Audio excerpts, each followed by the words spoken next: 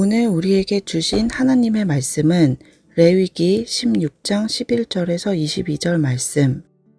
아론은 자기를 위한 속죄제의 수송아지를 드리되 자기와 집안을 위하여 속죄하고 자기를 위한 그 속죄제 수송아지를 잡고 향료를 가져다가 여호와 앞 제단 위에서 피운 불을 그것에 채우고 또 곱게 간 향기로운 향을 두 손에 채워 가지고 휘장 안에 들어가서 여호와 앞에서 분향하여 향연으로 증거계 위속 죄소를 가리게 할지니 그리하면 그가 죽지 아니할 것이며 그는 또 수송아지의 피를 가져다가 손가락으로 속죄소 동쪽에 뿌리고 또 손가락으로 그 피를 속죄소 앞에 7번 뿌릴 것이며 또 백성을 위한 속죄제 염소를 잡아 그 피를 가지고 휘장 안에 들어가서 그 수송아지 피로 행함같이 그 피로 행하여 속죄소 위와 속죄소 앞에 뿌릴지니 곧 이스라엘 자손의 부정과 그들이 범한 모든 죄로 말미암아 지성소를 위하여 속죄하고 또 그들의 부정한 중에 있는 회막을 위하여 그같이 할 것이요 그가 지성소에 속죄하러 들어가서 자기와 그의 집안과 이스라엘 온 회중을 위하여 속죄하고 나오기까지는 누구든지 회막에 있지 못할 것이며 그는 여호와 앞 제단으로 나와서 그것을 위하여 속죄할지니 곧 그 수송아지의 피와 염소의 피를 가져다가 제단 귀퉁이 뿔들에 바르고 또 손가락으로 그 피를 그 위에 7번 뿌려 이스라엘 자손을 부정해서 제단을 성결하게 할 것이요 그 지성소와 회막과 제단을 위하여 속죄하기를 마친 후에 살아있는 염소를 드리되 아론은 그의 두 손으로 살아있는 염소의 머리에 안수하여 이스라엘 자손의 모든 불의와 그 범한 모든 죄를 아뢰고 그 죄를 염소의 머리에 두어 미리 정한 사람에게 맡겨 광야로 보낼지니 염소가 그들의 모든 불의를 지고 접근하기 어려운 땅에 이르거든 그는 그 염소를 광야에 놓을지니라. 아멘.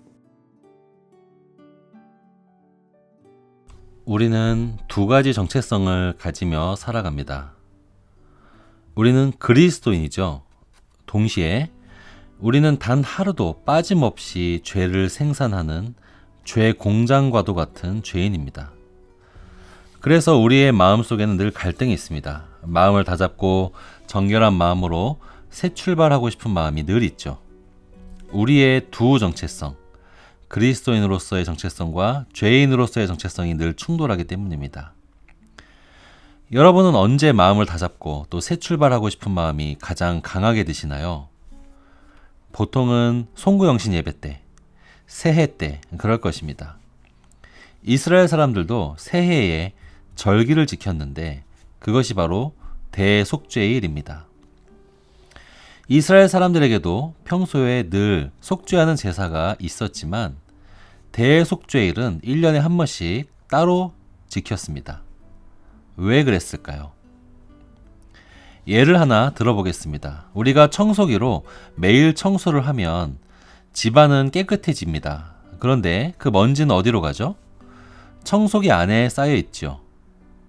그래서 한 번씩은 우리가 그 청소기도 완전히 깨끗하게 비우고 또 청소기로도 미처 빨아들이지 못한 구석구석을 손으로 걸레로 대청소를 해야지만 완전하게 청소가 되지 않습니까?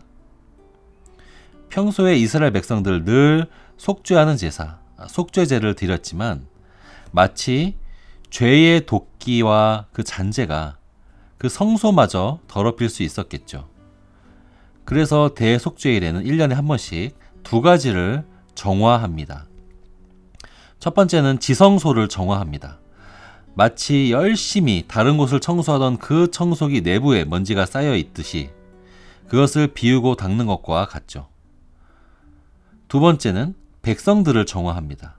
늘 속죄하지만 미처 빠진 죄가 남아있을 수 있기에 1년에 한 번씩 미처 손이 닿지 않았던 구석까지 닦는 것처럼 백성들의 잔죄, 자녀 죄를 정화합니다. 이 대속죄일의 제사에는 우선 첫 번째로 수송아지가 필요하죠. 여러분, 지성소를 소독해야 되는데 그 소독하기 위해서 대제사장이 그 안에 들어가야 합니다. 대제사장만이 거기 들어갈 수 있는데 그마저도 1년에 한 번만 들어갑니다. 그 외에는 어떤 사람도 들어갈 수가 없습니다. 마치 커다란 공장의 엔진이 1년 내내 돌아가는데 1년에 한 번은 딱 시동을 끄고 청소하는 것과 같습니다. 그런데 지성소에 아론이 들어가기 위해서는 아론 자신도 깨끗해져야만 했겠죠. 그래서 그 제사장을 위해서 소를 잡고 그 피로 정결하게 합니다. 그리고 나서 그 피를 가지고 속죄소도 정결하게 하죠. 그리고 나서 제사장을 정결하게 하는 그 소독약, 그게 수송아지였다면 백성들을 위해서 소독하는 소독약은 염소입니다. 염소 2마리입니다. 그 2마리 중에 1마리를 잡아서 백성들의 죄로 인해 속죄소에 뿌리죠. 그렇게 하면 그 죄의 도끼, 그 죄의 잔재가 1년에 한 번 완전하게 정화됩니다. 성소가 깨끗하게 되는 것이죠. 그 속죄소는 그리고 나면 다시 시동이 켜져서 다음 1년을 열심히 백성들의 죄를 속하기 위해서 일할 것입니다. 그리고 나서 아사셀 염소 의식을 합니다. 아까 2마리 염소가 필요하다고 했는데 그 중에 남은 1마리로 하는 것이죠. 지성소의 공간을 소독하는 의식이 지금까지였다면 이번에 이 아사셀 염소 의식은 미처 죄의 찌꺼기가 남아있을 그 백성들을 위한 의식입니다. 한 염소에게 아론이 2손으로 안수를 합니다. 그리고 나서 그 염소를 죽이는 것이 아니고 광야로 멀리 내쫓습니다. 그 염소가 다시는 백성 가운데 돌아오지 못하도록 멀리 쫓아냅니다. 아마도 이 염소는 절벽에서 떨어져 죽거나 아니면 굶어 죽거나 아니면 들짐승의 밥이 되겠죠. 확실한 것은 이 안수받은 염소는 절대로 살아서 돌아오지 못하도록 해야 한다는 것입니다. 이 아사셀이라는 말이 성경에 여기에만 나오기 때문에 그 뜻이 뭔지 굉장히 의견이 분분합니다. 어떤 사람들은 이 아사셀이 염소가 쫓겨나는 그 장소의 이름이라고 하기도 하고요. 어떤 사람은 아사셀이라는 말 자체가 떠나는 염소라는 뜻이라고 합니다.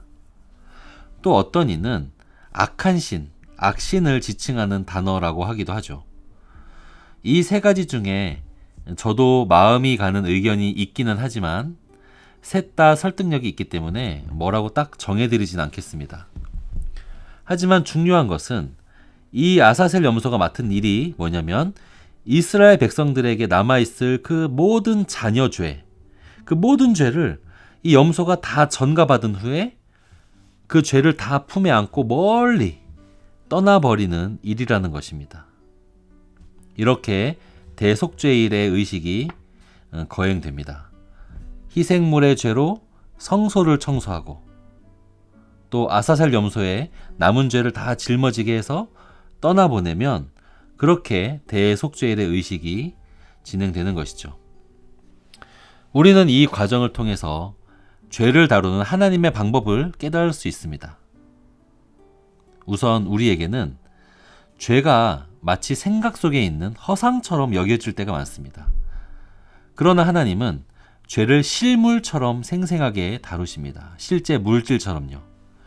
죄의 찌꺼기가 남아있을까봐 마치 1년에 한 번씩 죄의 도끼로부터 지성소를 소독하는 것처럼 피를 뿌리도록 한 것이나 또 염소의 안수에서 모든 죄를 짊어지게 해서 그 염소가 물리적으로 먼 거리 밖으로 쫓아내어 돌아오지 못하도록 하는 것이죠. 마치 죄를 실제하는 물질처럼 여기는 듯합니다. 사랑하는 여러분, 죄는 실제합니다. 죄 옆에 있으면 나도 그 죄의 영향을 받고 우리의 생각뿐만 아니라 우리의 실제 삶에도 분명한 영향력을 행사합니다. 그 죄는 지긋지긋할 정도로 생명력이 끈질깁니다. 그 다음 우리가 알 수 있는 것은 이 죄라는 것이, 이 지긋지긋한 끈질긴 죄라는 것이 반드시 피로만 속할 수가 있다는 것입니다. 성경에는 여러 번 피가 곧 생명이라고 하십니다. 다시 말해서 죄는 생명값으로만 없앨 수가 있습니다. 그런데 제가 전도 폭발을 인도하는데 만나게 되는 불신자들 대부분은요, 이 죄라는 것을 적당하게 생각해서 자신의 선한 행위로 어느 정도는 상쇄할 수 있다고 생각합니다. 아닙니다, 여러분. 이 오염물질 같은 지긋지긋한 죄는 반드시 무언가의 생명으로만 지울 수가 있습니다. 사랑하는 성도님들, 우리가 레위기를 계속해서 보고 있는데 죄에 대해서 귀에 못이 박히게 듣고 있습니다. 죄. 여러분 혹시 지겨우십니까? 왜 이렇게 성경은 집요하고 구체적으로 그렇게 죄를 다룰까요? 우리가 구원을 받았으면 이제 이 얘기 그만해도 되지 않겠습니까? 여러분, 제가 질문 하나 해보겠습니다. 우리는 하나님과 매 순간 깊이 느끼고 싶죠. 하나님과 깊이 친밀하고 싶습니다. 하나님과 정말 깊이 사귀고 싶죠. 그런데 그게 잘 되지 않습니다. 여러분, 그것을 방해하는 것이 뭘까요? 우리가 은사를 못 받아서일까요? 우리가 뭔가 신앙의 위인보다 영성이 부족해서, 영력이 부족해서, 돌을 덜 닦아서일까요? 아니면 성경 지식이 부족해서입니까? 성경은 분명히 말합니다. 우리가 하나님과 깊이 사귀지 못하게 만드는 거, 우리가 하나님과 멀게 만드는 거, 그 유일한 원인, 그게 바로 죄입니다. 하나님께서는 죄를 계속 말하고 계시는데 그것은 곧 우리의 죄를 해결할 수 있는 방법이 있다는 뜻입니다. 제 얘기 하나를 드리겠습니다. 제 아버지는 일찍 돌아가셨는데 살아계실 때 안 좋은 습관이 하나 있었습니다. 그것이 뭐였냐면 병원을 지독히도 가기 싫어하셨다는 것이죠. 어지간하면 다 참고 괜찮다고 생각하고 넘어가는 그런 분이셨습니다. 아마도 병원에 가면 몸 어딘가가 안 좋다는 그 사실을 직면해야 되고 그러면 마음이 불편해지기 때문이었겠죠. 그런데 여러분, 우리가 그 사실을 직면하지 않는다고 해서 정말 건강한 걸까요? 그건 아니지 않습니까? 그것처럼 우리는 우리의 죄 문제를 직면해야 합니다. 우리가 그것을 피한다고 우리가 죄인이 아닌 것이 아닙니다. 우리가 하나님과 가까워질 수 있는 게 아닙니다.